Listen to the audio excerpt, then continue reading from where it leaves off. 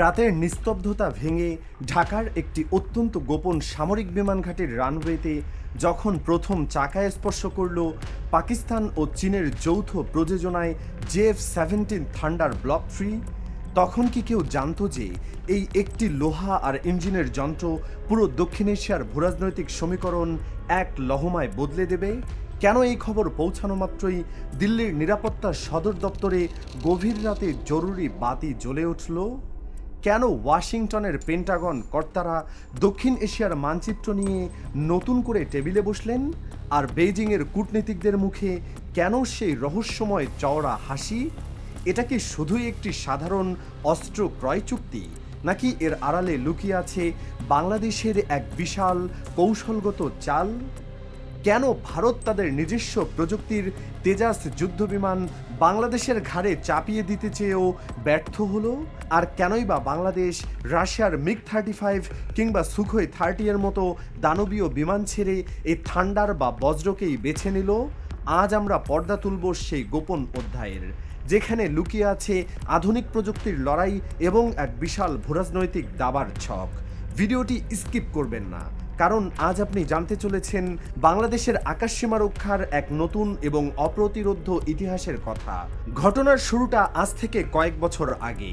বাংলাদেশ যখন তার সামরিক শক্তিকে আধুনিকায়নের জন্য ফোর্সেস গোল 2030 ঘোষণা করল, তখন থেকে আন্তর্জাতিক অস্ত্রবাজারে হইচই পড়ে যায়।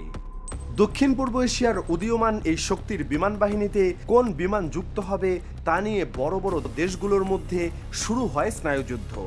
ভারত প্রথম থেকেই চেয়েছিল বাংলাদেশ যেন তাদের নিজস্ব তৈরি তেজাস নামের ভুয়া লাইট কমব্যাট এয়ারক্রাফট বা LCA গ্রহণ করে। এর জন্য তারা বিশাল অঙ্কের ঋণ বা ক্রেডিট লাইন অফার করেছিল। অন্যদিকে রাশিয়া প্রস্তাব দিয়েছিল তাদের অত্যাধুনিক MiG-35 এবং সুখোই সিরিজ। চীনও পিছিয়ে ছিল না, তারা তাদের জেট-10C যুদ্ধ বিমানের ডালি সাজিয়ে বসেছিল। এমনকি ইউরোপীয় কোম্পানিগুলো তাদের ইউরোফাইটার টাইফুন নিয়ে লবিং শুরু করেছিল। কিন্তু সব জল্পনা কল্পনার অবসান ঘটিয়ে বাংলাদেশ বেছে নিল পাকিস্তান ও চীনের যৌথ প্রযুক্তিতে তৈরি অত্যাধুনিক JF-17 থান্ডার ব্লক 3। কেন এই JF-17? সামরিক বিশেষজ্ঞদের মতে এই বিমানটি আসলে একটি ছোটোখাটো উড়ন্ত ল্যাবরেটরি। JF-17 এর লেটেস্ট ভার্সন অর্থাৎ ব্লক 3 মূলত একটি চতুর্থ প্লাস জেনারেশনের যুদ্ধ বিমান। এর সবচেয়ে বড় শক্তি হলো এর KLJ-7A এইসআও রাডার। এটি এমন এক রাডার যা দূর আকাশ থেকে একসাথে 15টিরও বেশি লক্ষ্যবস্তু শনাক্ত করতে পারে এবং একই সাথে 4 থেকে 5টি লক্ষ্যবস্তুতে নিখুঁতভাবে মিসাইল ছুটতে পারে। ইলেকট্রনিক ওয়ারফেয়ার বা ডিজিটাল যুদ্ধে এই বিমানটি এখন চীনের J-20 স্টেলথ ফাইটারের সমান প্রযুক্তি ব্যবহার করছে। এতে আছে হেলমেট মাউন্টেড ডিসপ্লে বা HMD, যার ফলে পাইলট শুধু চোখের ইশারায় বা মাথা ঘুরিয়ে লক্ষ্যবস্তু লক করতে পারেন। এর ককপিট পুরোটাই গ্লাস বা ডিজিটাল, ফলে পাইলটকে পুরনো দিনের অ্যানালগ সুইচের বদলে বিশাল টাচ স্ক্রিন ডিসপ্লেতে যুদ্ধ পরিচালনা করতে হয়। এই বিমানের প্রাণভোমরা হলো এর রাশিয়ান ডিজাইনের RD-93 after burning turbofan engine. এই ইঞ্জিনটি বিমানকে শব্দের চেয়ে প্রায় 1.6 থেকে 2.0 গুণ বেশি গতিতে ছুটিয়ে নিয়ে যেতে পারে। মানে এটি প্রায় 2000 কিলোমিটার প্রতি ঘন্টারও বেশি গতিতে আকাশে উঠতে সক্ষম। ইঞ্জিনের থ্রাস্ট এতটাই শক্তিশালী যে যুদ্ধ বিমানটি প্রায় সোজা উল্লম্বভাবে আকাশের দিকে উঠে যেতে পারে। ডগফাইট বা আকাশ যুদ্ধের সময় এই দ্রুত মোড় নেওয়ার ক্ষমতা পাইলটকে এক বিশাল সুবিধা দেয়। শত্রুর মিসাইল থেকে বাঁচতে এই ক্ষিপ্রতা অত্যন্ত জরুরি। অস্ত্রের কথা বলতে হয় JF-17 হলো একটি মাল্টিরোল কমব্যাট এয়ারক্রাফট। এর ডানার নিচে মোট 9টি হার্ড পয়েন্ট রয়েছে, যেখানে 4.5 টন ওজনের বোমা এবং মিসাইল সাজানো যায়। এতে থাকা PL-15 মিসাইলটি বর্তমানে ভারতের জন্য সবচেয়ে বড় দুশ্চিন্তার কারণ। এই মিসাইলটি প্রায় 150 থেকে 200 কিলোমিটার দূরের লক্ষ্যবস্তুতে নিখুঁতভাবে আঘাত হানতে পারে, যা ভারতের হাতে থাকা অনেক মিসাইলের ধরাছোঁয়ার বাইরে। এছাড়া সমুদ্রপথে কোনো শত্রু জাহাজ আক্রমণ করলে এটি TS-802 অ্যান্টিশিপ মিসাইল দিয়ে সেই জাহাজ মুহূর্তেই ডুবিয়ে দিতে সক্ষম। এবার আসা যাক ভারতের তেজাসের সাথে এর তুলনামূলক লড়াইয়ে। ভারত দাবি করে তেজাস বিশ্বের অন্যতম সেরা লাইট ফাইটার।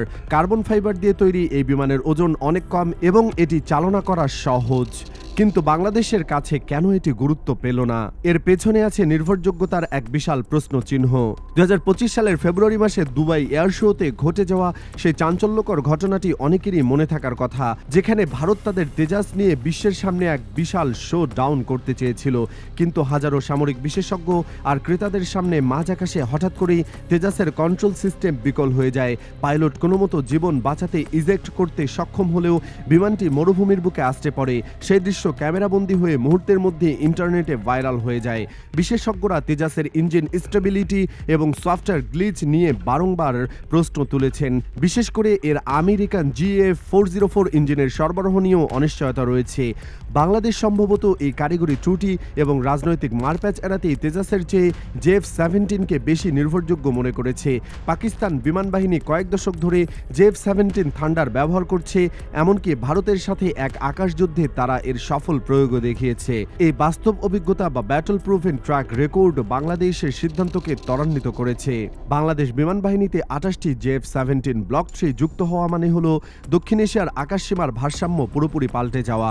ভারতের শিলিগুড়ি করিডোর বা চিকেন স্নেক এর কাছে যদি এমন শক্তিশালী স্কোয়াড্রন মোতায়েন থাকে, তবে সেটা দিল্লির জন্য কৌশলগত মাথা ব্যথা হবেই।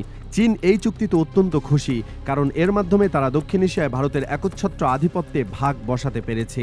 অন্যদিকে বাংলাদেশের জন্য এটি একটি স্বাধীন সার্বভৌম সিদ্ধান্তের প্রতীক। কোনো একটি নির্দিষ্ট শক্তির উপর নির্ভরশীল না থেকে বাংলাদেশ তার সামরিক সরঞ্জাম বহুমুখী করছে। পাকিস্তান থেকে বিমান কেনা মানেই কিন্তু তাদের সাথে কোনো রাজনৈতিক আঁতাত নয়, বরং এটি একটি নিছক পেশাদার এবং কৌশলগত সিদ্ধান্ত। অনেকে প্রশ্ন করতে পারেন, বাংলাদেশের মতো ছোট দেশের জন্য 1500 কিলোমিটার রেঞ্জের বিমানের কি দরকার? উত্তরটা লুকিয়ে আছে কৌশলগত গভীরতায়। একবার জ্বালানি ভরে এটি ঢাকা থেকে উড়াল দিয়ে অনেক দূরের লক্ষ্যবস্তুতে অপারেশন চালিয়ে আবার ফিরে আসতে পারে। আর যদি মিডিয়ার রিফুয়েলিং করা হয়, তবে এর পাল্লা দ্বিগুণ হয়ে যায়। বাংলাদেশ তার আকাশসীমার বাইরে গিয়েও প্রতিরক্ষা বলয় তৈরি করতে সক্ষম। পরিশেষে বলা যায়, বাংলাদেশ বিমান বাহিনীর এই সাহসী পদক্ষেপ আগামী দশকের আঞ্চলিক রাজনীতিতে এক বড় ভূমিকা রাখবে। আকাশ সীমা এখন আর অরক্ষিত নয়। 18টি JF-17 ব্লক 3 হতে পারে সংখ্যায় কম, কিন্তু আধুনিক প্রযুক্তির এই বিমানগুলো পুরনো আমলের 50টি বিমানের চেয়েও বেশি শক্তিশালী। দিল্লি তার আপত্তি জানিয়েছে, ওয়াশিংটন নজর রাখছে, আর বেইজিং সহযোগিতা বাড়াচ্ছে। এর মাঝে দাঁড়িয়ে বাংলাদেশ তার নিজস্ব ফোর্সেসগুলো অর্জনে অবিচল। আকাশের এই নতুন পাখি বাংলাদেশের সার্বভৌমত্বের অতন্দ্র প্রহরী হয়ে থাকবে। আপনার কি মনে হয়, তেজাস না JF-17 কোনটি বাংলাদেশের জন্য সেরা চয়েস? নাকি বাংলাদেশ রাশিয়ার Su-35 কিনলে আরও শক্তিশালী হতো? আপনার মতামত কমেন্ট বক্সে জানাতে ভুলবেন না। আমাদের আজকের এই ইনডেপথ অ্যানালাইসিস ভালো লাগলে একটি লাইক দিন।